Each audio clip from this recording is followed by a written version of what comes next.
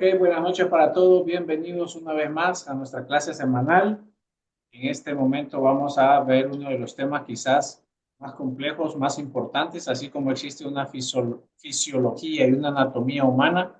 También vamos a abordarlo como anatomía y fisiología desde el punto de vista ecográfico.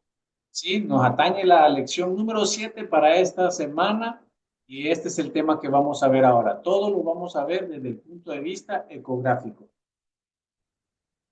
Estos son los objetivos de nuestra lección, lo que vamos a poder determinar y conocer hasta el final del tema.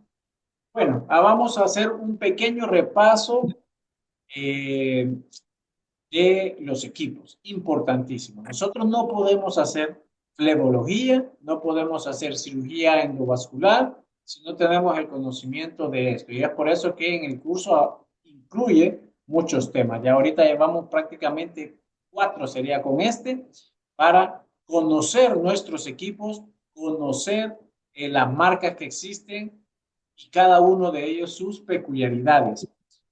Hablar de cuál equipo es mejor no podría, sería un error de mi parte decirles, pero la escogitación del mismo depende de los usos, de la finalidad que ustedes quieran. Todos son muy buenos, ¿sí? Probablemente uno más que otros, pero nosotros, como les digo, la escogitación va a depender de el uso que nosotros le demos. Por ejemplo, si ustedes lo quieren única y exclusivamente para cirugía endovascular, basta con que tengan un portátil como el que ven en la fotografía. Ahora bien, si ustedes lo quieren para hacer estudios, para tenerlo en su clínica, ¿ok? Les conviene uno de pedestal. Si ustedes lo quieren para movilizarse de una clínica a otra y andarlo de un lugar a otro haciendo estudios, pues también les conviene un portátil, pero de alta gama, es decir, que puedan realizar, ver imágenes bonitas, nítidas, lo más nítido posible. Si ustedes tienen su quirófano, su área de procedimiento, su consultorio en el mismo lugar, les conviene pues tener uno de pedestal que siempre van a tener mejores procesadores y obviamente la calidad de la imagen va a ser mejor. Eso va a depender de lo que ustedes quieran hacer, realizar o disponibilidad. Ahora, también recordarle los modos que nosotros vemos en los equipos. El primero que nos atañe a nosotros como cirujanos y flebólogos es la escala de Grise. Este es el que vamos a trabajar, ¿cómo decirles? En las cirugías. Nosotros no vamos a cambiar a modo color a ningún otro modo, sino que en cirugía endovascular utilizamos la escala de Grise como que ustedes lo estuvieran viendo en esta imagen que estoy señalando ahorita. Después de eso, sabemos nosotros que tenemos otros modos. Para los estudios tenemos, después de la escala de Grise, aplicamos el modo color. Después del modo color, aplicamos el espectral. Y si yo solo quiero ver dirección de flujo, perdón, si hay flujo o no, entonces utilizamos el Power Angel o Power Doppler. Esos son los 4 modos que nosotros utilizamos. Además está el modo M, que es el modo de movimiento que se utiliza para cardíaco y también para pulmonar. Hacer un repaso de los transductores. Tenemos diferentes tipos, pero el que nosotros utilizamos en la cirugía y para hacer estudios va a ser el de alta frecuencia o el transductor lineal, el que va de 7.5 a 13, 18 hasta 20 megahercios. El transductor lineal. Y el transductor abdominal, como cirujano, lo podemos utilizar en el abdomen, que es de baja frecuencia, pero tiene mayor profundidad.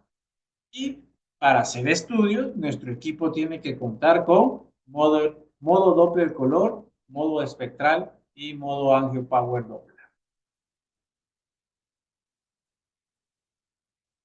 Bueno, vamos a hablar un poquito de la anatomía venosa ecográfica. Las imágenes más importantes, las que nosotros debemos de conocer. Por ejemplo, la vena safena mayor. Esta, ¿cómo la vamos a identificar? Con la anatomía, con el ojo egipcio, con el ojo de la safena. Acá tenemos los párpados y acá tenemos el iris, se semeja a un ojo. Entonces aquí nosotros rapidito vamos a identificar que este es, perdón, una vena safena. Puede ser vena safena menor o puede ser vena safena mayor. ¿Cuánto mide? Aproximadamente 5 milímetros o 0.5 centímetros, más o menos 2.4. La unión safeno-femoral tiene una medida de 6 a 8 milímetros máximo, pero estos son estadísticamente, es decir, estimados.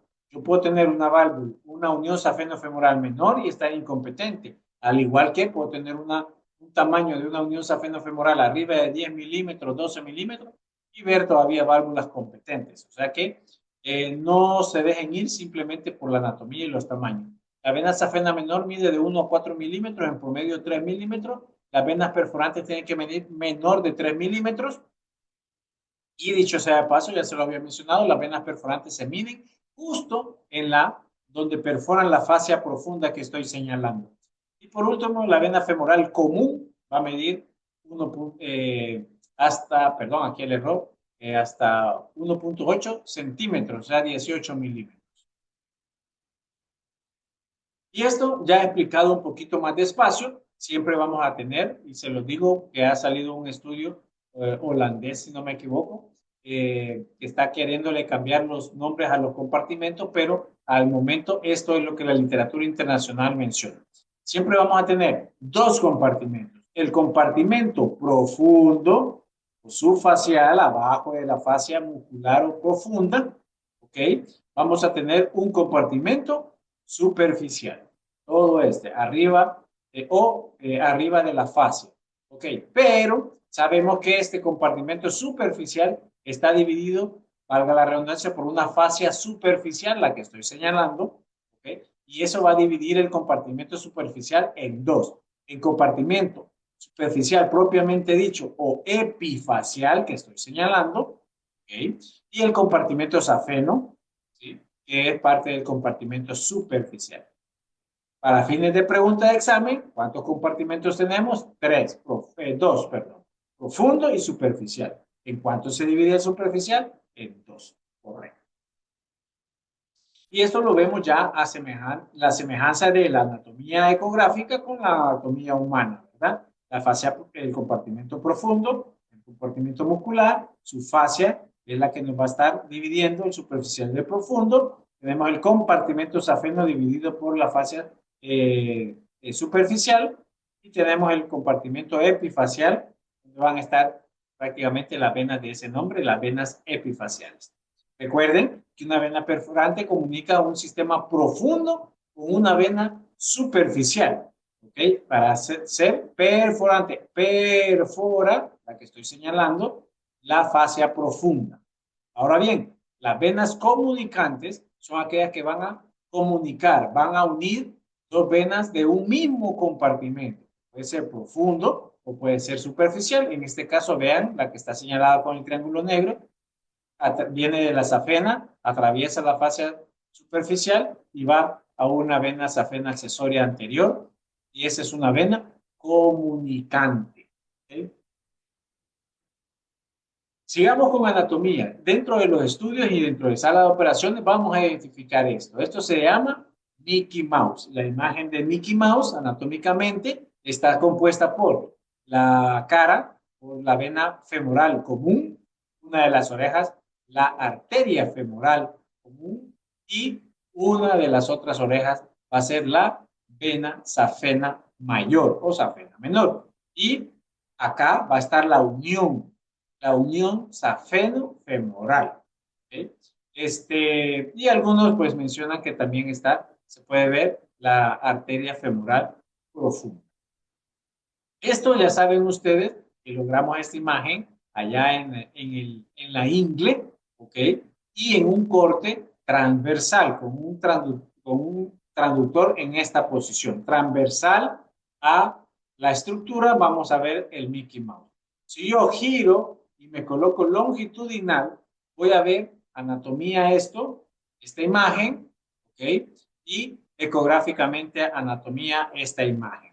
¿Cuáles son las estructuras? Las que más vamos a identificar van a ser, obviamente acá, la femoral común, no se ve acá, la femoral propiamente dicha, que es acá, abajo de la unión safenofemoral, y aquí van a depender de, no pueden verse ecográficamente en un solo plano todas las ramas tributarias de la safena. Generalmente se ve esta, y es la que casi el 90% de nuestra cirugía la vamos a identificar, porque esta es la epigástrica superficial. Porque cuando venimos navegando acá a este nivel, en corte longitudinal, y vamos viendo en la sonda de láser, la fibra óptica, la gran mayoría de veces topa o se va recto en la epigástrica superficial. No hace lo que hace el callado hacia abajo.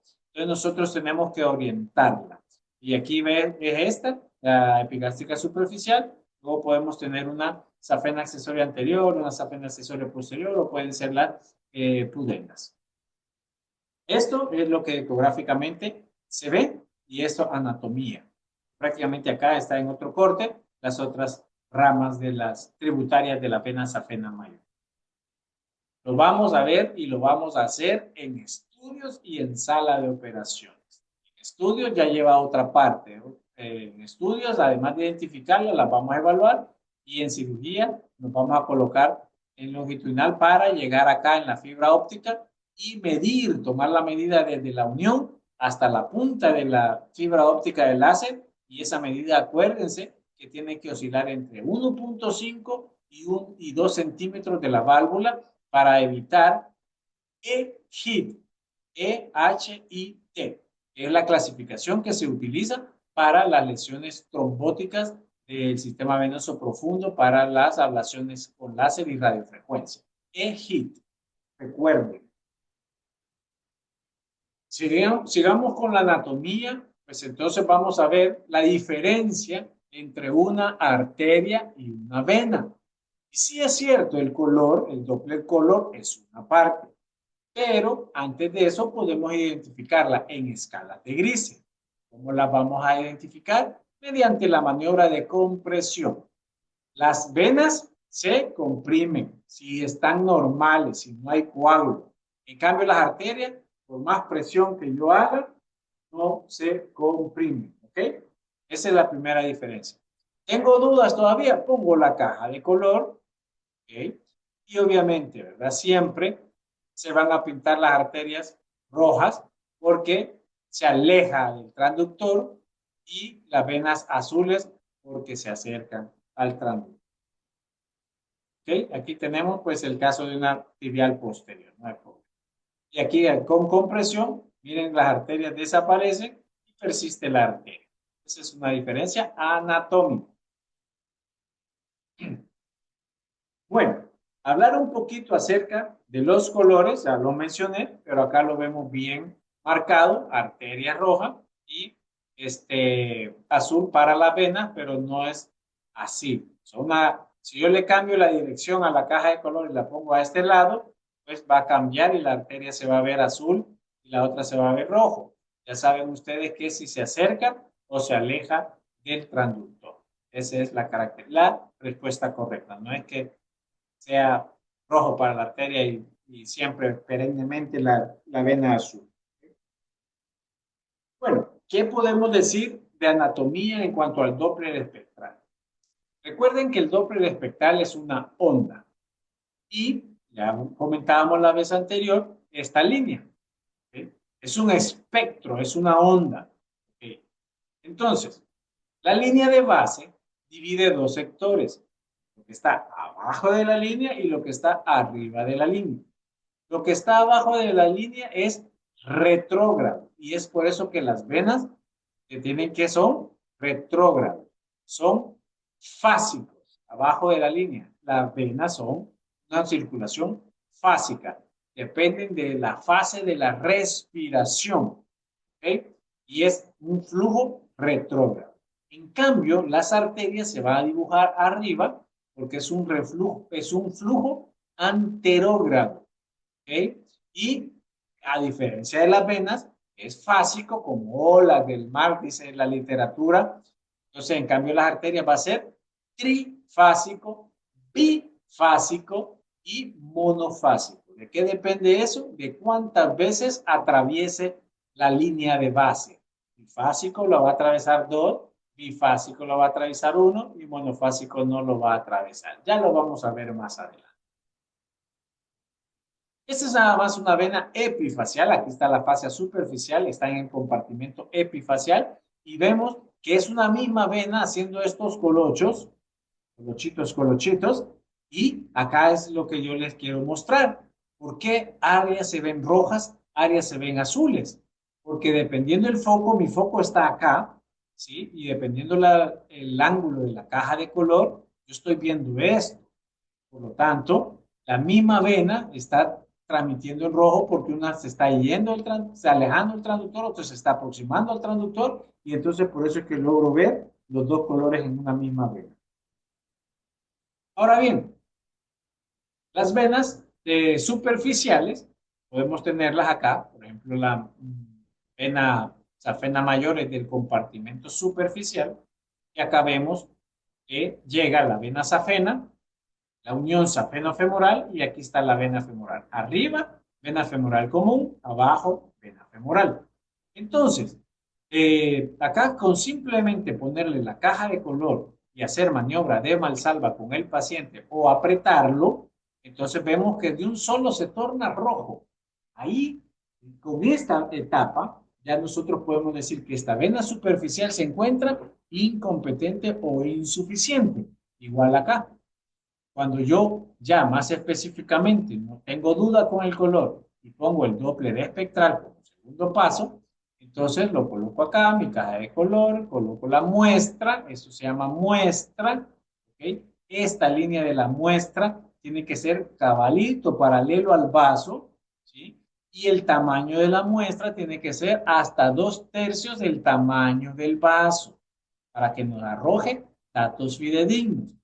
Y activamos el Doppler espectral, vean ustedes, ángulo de 60 o menor, caja en la dirección del vaso, muestra de 2/3 del tamaño y la línea en dirección paralela al vaso. Y ahí nosotros realizamos maniobra de Valsalva y hace esto. Y ya sabemos, no es esto el reflujo es esto. Es decir, el flujo fásico retrógrado de la vena viene acá, hace la maniobra de Valsalva y se oye así y baja. Esto es el reflujo y esto es lo que tenemos que nosotros medir. Ya les dije yo, la forma más fácil que si este reflujo dura más de 0.5 segundos, o sea, 0.5 segundos o 500 milisegundos, entonces, miren ustedes, va desde aquí hasta acá, solo aquí es un segundo, y aquí es la mitad de otro. Todo esto dura, pero también se puede medir en centímetros por segundo. Esta es la escala de centímetro por segundo. Entonces, si es arriba de 20 centímetros por segundo, es un reflujo, sería reflujo grave, o reflujo mayor. Si es intermedio, va a medir más o menos entre de 10 a 15 centímetros por segundo en la altura. ¿Ok? Y si es un reflujo leve, va a medir de 0.5 a 1 centímetro por, perdón, de 0.5 a 10 centímetros por segundo. Entonces, tenemos un reflujo leve, moderado, severo, si queremos en un reporte hacerlo. ¿Ok? Si es leve, hasta 10, si es de 10 a 15, leve, moderado, y si es arriba de 20, es severo el reflujo.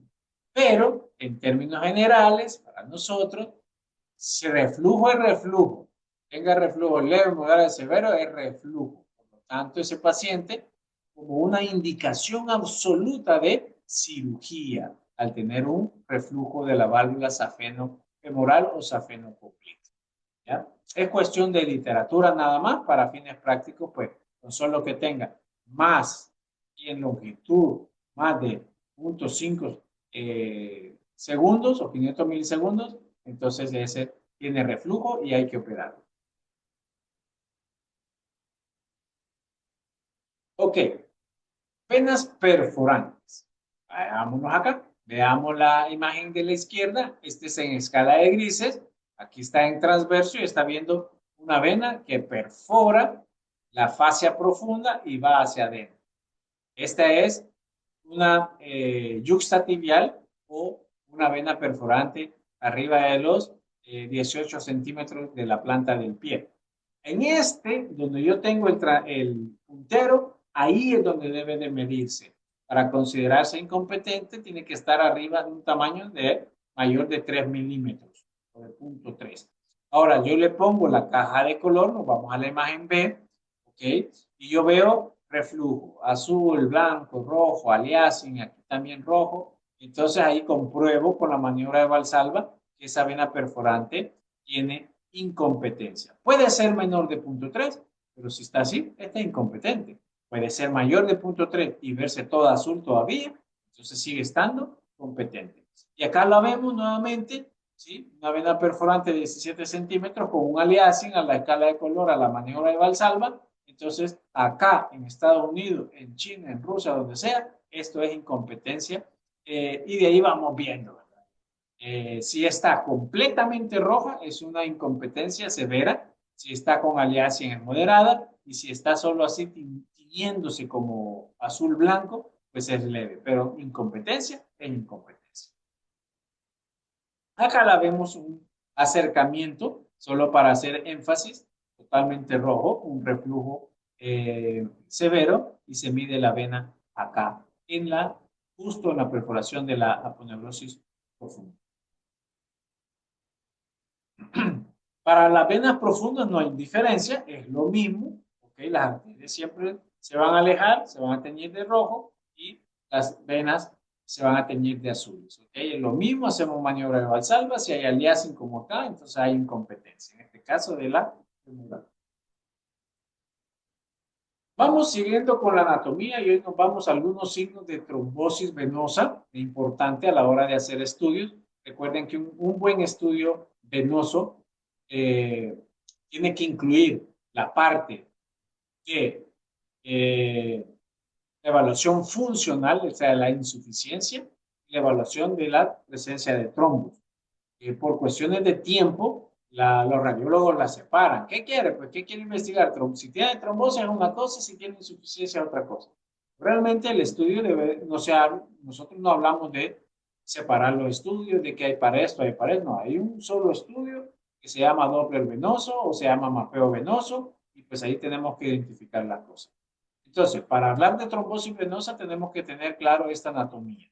Ya vimos todo esto repasando fascia superficial, fascia profunda, ojo de la safena, es una vena safena, compartimento posterior, compartimento superficial, ¿sí? Y el compartimento superficial dividido en epifacial o superficial propiamente dicho y el compartimento de la safena. Ok, ahora, para ver trombosis tenemos signos directos y signos indirectos, ¿ok? Eh, Signos directos, vámonos a los que sí, solo sí, es trombosis en todos lados del mundo. Uno, presencia de material hiperecogénico o hipoecogénico en el interior del vaso. Recuerden que un material hipoecogénico es agudo, hiperecogénico por el paso del tiempo y el acúmulo de grandes cantidades de calcio, se ve hiperecogénico y entonces también es crónico. Entonces, eso nos ayuda para diferenciar si es una trombosis aguda o una trombosis crónica. Pero presencia de material en el interior de la vena que impide la compresión del vaso o que no hay flujo, esos son signos directos de trombosis venosa profunda o superficial. Y hoy, ¿cuáles serían los signos indirectos? Uno, que veamos acá, la ausencia de la compresión. Pero acá miren, como ven arteria, comprimimos, ya persiste la arteria, la vena no se ve, entonces este es un negativo a trombosis. Dos, ausencia de flujo al Doppler color, que yo le ponga la caja de color y que no haya. ¿Por qué menciono esto? Porque va, lo fácil es esto. Si yo vea hiperecogenicidad, pongo la caja de color, no hay flujo. Ah, bueno, entonces es una trombosis antigua que todavía no está permeabilizada. Pero ¿qué pasa si yo no veo nada? Si yo veo así, o a duras penas en mi equipo yo veo un material hipoecogénico y tengo duda. Entonces, comprimo, ¿sí? No se comprime. Ah, ok. Sospecha de trombosis aguda. Le pongo la caja de color, ¿sí? Y no hay flujo. Entonces ahí compruebo con estos signos indirectos que ya estamos ante la presencia de una trombosis venosa aguda. Y por último, otro signo indirecto es este. Reacción inflamatoria perilesional o dilatación del vaso. ¿Qué quiere decir eso? Que ante la presencia de un coágulo hay una dilatación y una inflamación, la pared se ve bien hiperecogénica, ¿ok? Y existe una dilatación previa al vaso y después el vaso se encuentra normal. Entonces es un signo indirecto de trombosis. Vuelvo a repetir, ausencia de compresibilidad del vaso, ausencia de flujo al Doppler color y reacción inflamatoria o dilatación del vaso nos hacen comprobar una trombosis aguda. Y acá, en la imagen de la derecha, ya tenemos una trombosis crónica, ¿sí? Y ya ponemos la caja de color y vemos que hay pequeñas revascularizaciones ya del vaso, tratando de pasar la sangre hacia las partes distales. ¿Qué podemos hablar? Pasamos al segundo componente, acerca de la fisiología ecográfica. Ya veníamos mencionándolo y es acerca del color. ¿Okay? En un buen equipo podemos ver esta imagen. El rojo se lo vamos a determinar a la arteria, se aleja, ¿okay? Y el azul se aproxima, ¿okay? Al transductor, recuerden, al transductor. Eh, Ahora bien, si nosotros tenemos la curiosidad para las arterias, nosotros tenemos que medir acá, que es la capa endotelial, y la capa interna. Para las venas no hay mucho que hablar. De eso no se hace. Las venas, ya volvemos a repetir, se comprimen con la maniobra de Valsalva o apretado. Las arterias no. ¿Okay? Y nosotros tenemos que saber que esta caja de color o el Doppler color, de preferencia, idealmente, sí, solo sí, se hace con la posición del transductor en longitudinal. Claro, yo puedo venir, creo que presenté unas imágenes anteriores. Yo puedo tener acá en esta, estaba, esta. Yo puedo tener en transverso, ver los puntos, y sí, la caja de color me va a dar colores, no hay ningún problema. Pero cuando en la normalidad se va a ver bien, pero cuando hay un problema, tengo que bajar bastante el PRF, la escala de evaluación, para ver flujos y a veces incluso no lo capta, no los mide el color y entonces tenemos problemas y podemos estar diciendo que hay una trombosis y realmente no. Entonces siempre el color se utiliza en nuestros vasos en posición longitudinal. Acá vemos una vena safena, la unión safeno-femoral y las venas safenas. Y vemos este pequeño aliasing, estamos ante la presencia de, solo de verlo, de una incompetencia leve de valvular. Bueno, la fisiología nos lleva al Doppler espectral y a explicarles esta parte, el por qué arriba y por qué abajo de la línea isodifásica, ¿sí? Y ya les decía yo, cuando yo estoy ante la presencia de una arteria, y pongo la caja de color, se torna roja, ¿sí? Se está alejando del transductor, si pongo el Doppler espectral, las arterias tienen, primero, tienen flujo anterógrado, ¿ok? Entonces, por eso ya de foul va a estar su dibujo arriba de la línea de base, como vemos en los tres. Ahora bien, las arterias son diferentes. Hay tres tipos de arterias: de alta resistencia, de baja y moderada resistencia. Por ejemplo, los órganos vitales son de baja resistencia. Ahí estamos hablando de las arterias renales, las arterias cerebrales, las arterias cardíacas. Entonces, las de baja resistencia pueden ser monofásicas o bifásicas. Pero las arterias de alta resistencia, como las musculares, o sea, las extremidades, como las femorales, las popliteas, las tibiales, las peroneas, entonces son trifásicas de alta resistencia. Y eso tiene que ver porque tienen tres fases. Una fase anterógrada, una fase retrógrada y una fase nueva anterógrada de recuperación. Esta es una onda típica trifásica porque atraviesa dos veces, una, dos, la línea isodifásica y es característica típica de las arterias de alta resistencia, o sea, las arterias musculares de las extremidades. Esto es lo normal en arteria. Fisiológicamente es como ver el segmento el electrocardiograma o el segmento QRS de las arterias, la parte sistólica, la parte diastólica y la parte de recuperación. Por eso aquí hablamos de medir el pico sistólico, que es lo más alto de la sístole, y el pico diastólico, que es el más alto de la diástole. Es igualito que el electro, es igualito en el espectral. En cambio, bueno, las ondas de la arteria puedo irlas viendo bifásicas con la ausencia de este que estoy señalando, ser solamente dos fases, o incluso pueden ser monofásicas, pero siempre van a estar anterógradas a la línea de base. En cambio, las venas, nosotros vamos a verlas, que es un flujo retrógrado y es un flujo fásico, laminar, de acuerdo a la respiración. Entonces, por eso se ve así como olas del mar, es el flujo retrógrado normal de una vena. ¿Okay? Cuando nosotros hacemos maniobra de Valsalva y hace esto, pues acá pues si se hace anterógrado con una gran curva, pues entonces estamos ante la presencia de una incompetencia valvular venosa. Bueno, ¿cuál es la diferencia fisiológica del Power Angio o Power Doppler Color del Doppler Color? Ya se lo había mencionado y se lo reitero. Ok, el Doppler Color me sirve para determinar la dirección del flujo. Ya vengo en repetidas ocasiones diciéndole si se aleja del transductor o si se acerca del transductor. Ahí torna el color rojo y el color azul. Pero el Power Angel no dice dirección del flujo, solamente da la información que existe flujo. Y es por eso que le han dado un color tornasol o anaranjado rojizo.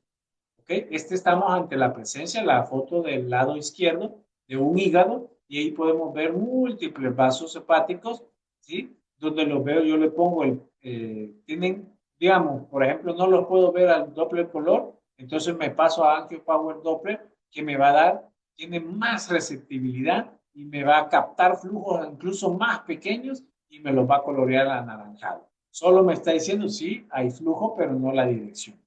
También lo utilizamos en los vasos periféricos, que tenemos duda de cómo está el vaso en su pared interna, o sea, la capa íntima o el endotelio, y entonces pues ahí me lo va a pintar bien en esta forma el vaso exactamente como debe de ser.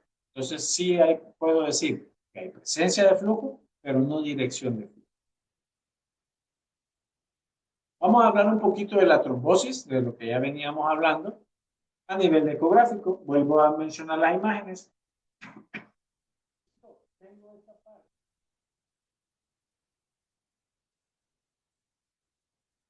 En estos vasos epifaciales, superficiales, yo veo el material hiperecogénico, veo las paredes hiperecogénicas o inflamadas, comprimo con el transductor y no se comprime, pues sí, solo sí estamos ante la presencia de una trombosis venosa.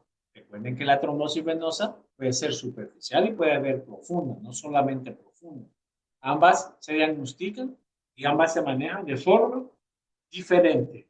Vemos otra vez la imagen y vemos nuevamente cómo se ve el material adentro y la falta de la compresibilidad. Ahora, si afectan las venas profundas, llámese femorales, femoral común, poplites, tibiales, pares tibiales y la peronea, pues entonces le vamos a llamar trombosis venosa profunda. Al final de cuentas, hacer un buen estudio Implica hacer las dos cosas, evaluar la suficiencia valvular y evaluar la presencia o no de trombo. Eh, Toma mayor relevancia cuando yo doy tratamiento a una trombosis venosa profunda y al año le repito el Doppler y entonces ahí tengo que ver, sí, más que todo, la suficiencia valvular porque la mayoría de trombosis, mientras más cerca está de las válvulas safenopopliteas o safenas femorales, les termina dañando la válvula y dejándolas insuficientes. Entonces ahí es el momento de poderlas operar. Volvemos al corte transversal, arteria y venas femorales, arteria y venas femorales, y cuando no se comprime, pues está, y aunque yo no vea nada adentro, pero no se comprime, estamos ante la presencia de una trombosis aguda. Y aquí estamos, ¿sí? Vemos aliasing con insuficiencia en la femoral, y acá no vemos flujo, estamos ante la presencia de una trombosis, o lo podemos ver así también. ¿Qué imágenes tenemos que tener en cuenta anatómicamente para nuestros procedimientos? Y aquí vamos. Hoy vamos a ver las ablaciones, pongan mucho ojo porque esto es muy importante. Bueno, paso a paso, la ablación endovenosa térmica puede hacerse con láser o radiofrecuencia. La técnica se utiliza un catéter y se utiliza la técnica de Seldinger para poder cateterizar la vena safena. ¿Sí? Tiene un catéter, tiene un dilatador y tiene la fibra. Acá nosotros vamos a ingresar y vamos a ver, paso 1, tomarle la vena. Acá vamos a ver cómo se ve la aguja, vamos a guiarla. Inicialmente vamos a entrar a 90 solo para atravesar la piel y luego en posición longitudinal vamos a colocar, vamos a ir a 45 grados hasta pincharlo. Muchos van a ver ustedes que utilizamos esta técnica de ingreso en el ángulo, forma longitudinal y transductor, ¿sí? Y otros utilizan esta técnica. Lo ponen en transverso, la colocan en medio ingresan con la aguja hasta perforarla. ¿Cuál técnica? La que ustedes quieran, la que se sientan más cómodos, la que aprendan. Yo les voy a recomendar esta. ¿Por qué? Porque cuando yo ingreso, tengo todo este trayecto para poder ingresar. Yo muevo mi aguja, toco acá, ingreso acá, si no la pincho, pues puedo irme más allá y me puede extender, etcétera, etcétera. Entonces, tengo más campo de trabajo para pinchar la vena. ¿Okay? Y otro tips que ya lo vamos a ver, va a ser este paso cuando ustedes vayan entrando. Si ustedes ven bien la aguja, es que van bien paralelo al transductor. Este es el transductor, este es la punta. Yo ingreso acá, se ve, ingresa acá en la esquina. Yo, mientras más vea la aguja, es decir, así, la vea así, vea el vaso, yo estoy bien perpendicular, sigo el transductor. Recuerden que esto es, digamos que esta es la base del transductor. Ingreso acá, yo tengo que seguirlo en esto. Sí, ¿ok? Para poderla pinchar. Mientras yo mejor vea la aguja, vea el vaso, pues estoy bien posicionado y entonces llego acá y hago esto. Voy a tocar esa resistencia de la pared del vaso, la pincho y ahí me acuesto para no perforar la pared posterior, sino que irme justo en el interior de la vena. Luego ya que he pinchado, pues entonces meto la guía, paso 2, meto la guía, ¿ok? Y una vez ya esté eso adentro, tranquilo, pase amor, relájense, respiren, ya está la guía adentro, no va a pasar nada. Y vemos esta imagen, ¿sí?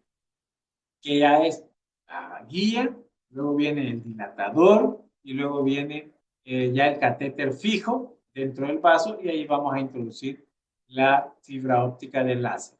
¿Okay? Y la vamos a ir viendo así.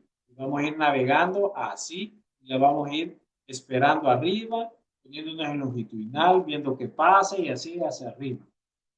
Ese es el primer Excel. Ya cuando lo hacemos muy rápido, pues nos ponemos a la mitad de la pierna, lo esperamos en longitudinal, vemos qué pasa, subimos allá por el muslo, vemos qué pase y así hasta llegar a la válvula safenofemoral.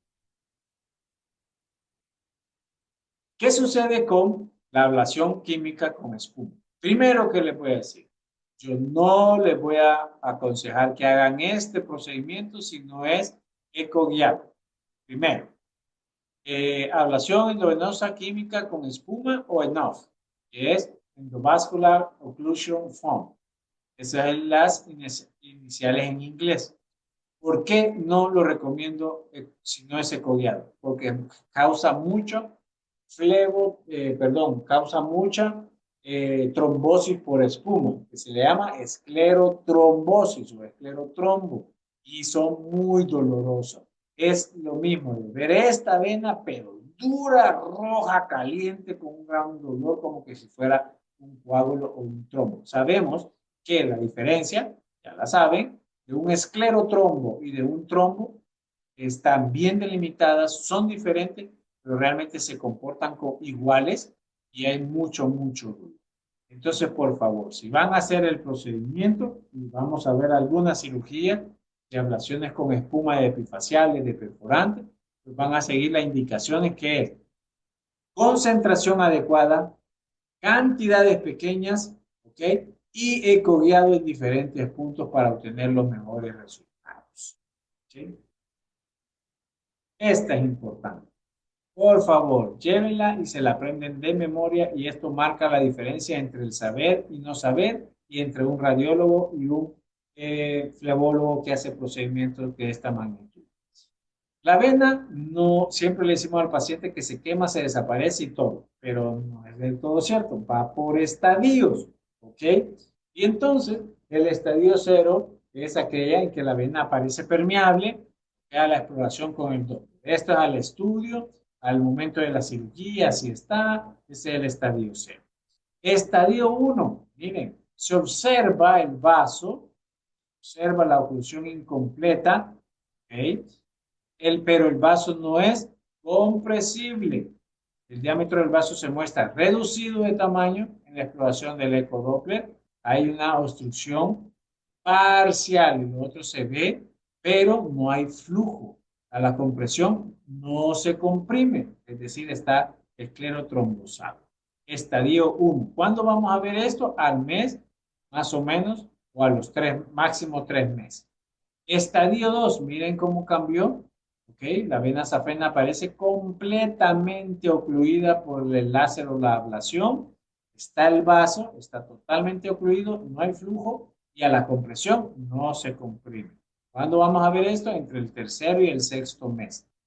Estadio 3, a la exploración, la vena safena mayor se muestra completamente ocluida, completamente, ya no ni disminución de tamaño ni ocupada, no, está totalmente ocluida, se ve como una línea apenas identificable buscando interrupción. Así va a estar de los 6 a los 12 meses. ¿Ok? Y en el estadio 4, no es esta la vena, son las fascias, la vena ya no se ve, la cirugía no se identifica la vena tratada, existe una completa ausencia. Algunas veces lo que se ve es una manchita hiperecogénica o blanca, pero ya no se ve el paso. Esto se ve al año. ¿Ok? Estos son los estadios de la evolución de la oclusión por ablaciones térmicas, ¿sí? A los 3 meses, al mes, a los 3 meses, 6 meses, a los 12 meses. Y es por eso que a ese periodo se les hace rastreos ecográficos a los pacientes que hemos operado para ir viendo esto.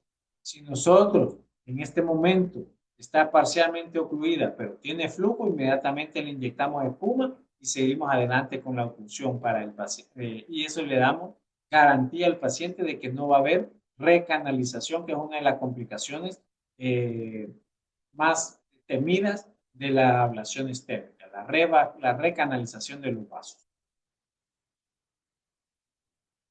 Bueno, como les dije yo, la ablación química con espuma es un muy buen procedimiento, está desplazando prácticamente a las térmicas. ¿Por qué? Por su fácil realización, porque no necesita anestesia, porque no necesita quirófano, pero sí, por favor, que sea ecoviable. No podemos dispararle espuma en cantidades eh, exorbitantes, a ciegas a un paciente, porque sería una iatrogenia de nuestra parte. ¿Cómo evidenciamos? Cuando pinchamos el vaso y se va completamente toda la espuma. Entonces, a lo largo del vaso, tiñéndolo completamente, así como vemos en las imágenes. Ahí estamos ante la presencia de la aguja dentro del vaso y se prolonga en toda la longitud del vaso.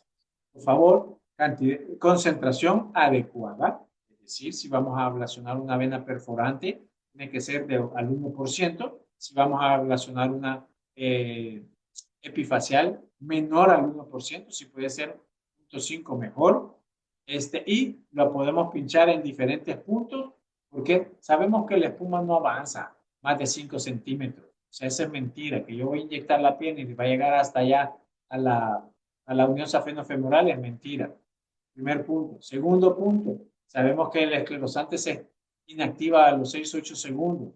Por más que yo le siga inyectando, no va a hacer. Lo único que voy a lograr es que voy a empujar y después, cuando deje de inyectar, por el mismo reflujo, se va a bajar, se va a ir a acumular en la pierna y ahí me puede ser una quemadura o una mancha o la esclerotrombosis. Por lo tanto, para hacer este procedimiento, se puede hacer en área de procedimientos especiales, equipado con todo, incluso hasta ¿cómo le llaman en los otros países? Nosotros aquí le llamamos equipo de paro, que tiene que tener laringoscopio, tubo por cualquier reacción anafiláctica alérgica, medicamentos para sacar a la gente de eso.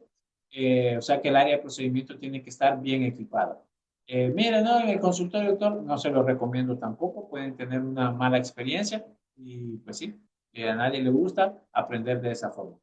Así es que mi consejo es, ablación química con espuma es muy buena, se tiene que realizar en área de procedimientos o pequeña cirugía, con todos los equipos necesarios, se tiene que hacer eco guiado y se tiene que hacer a concentraciones adecuadas y en diferentes segmentos, le llamaría yo, concentración adecuada, diferentes segmentos en la misma vena y siempre eco guiado.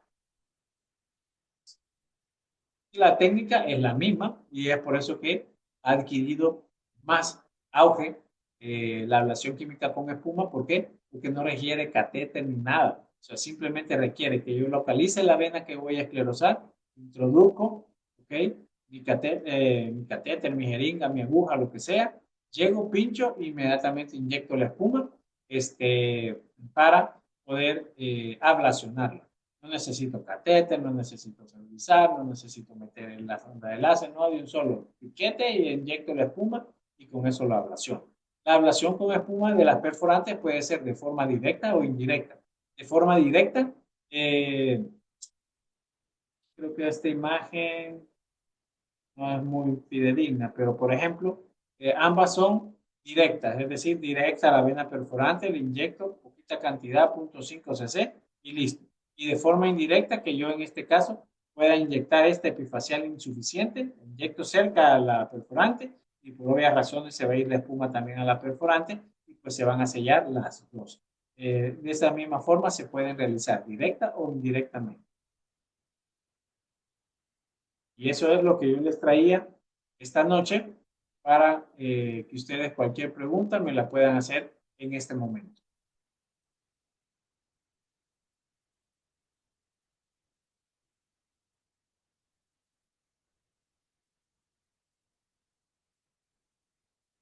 ¿Dudas? ¿Preguntas?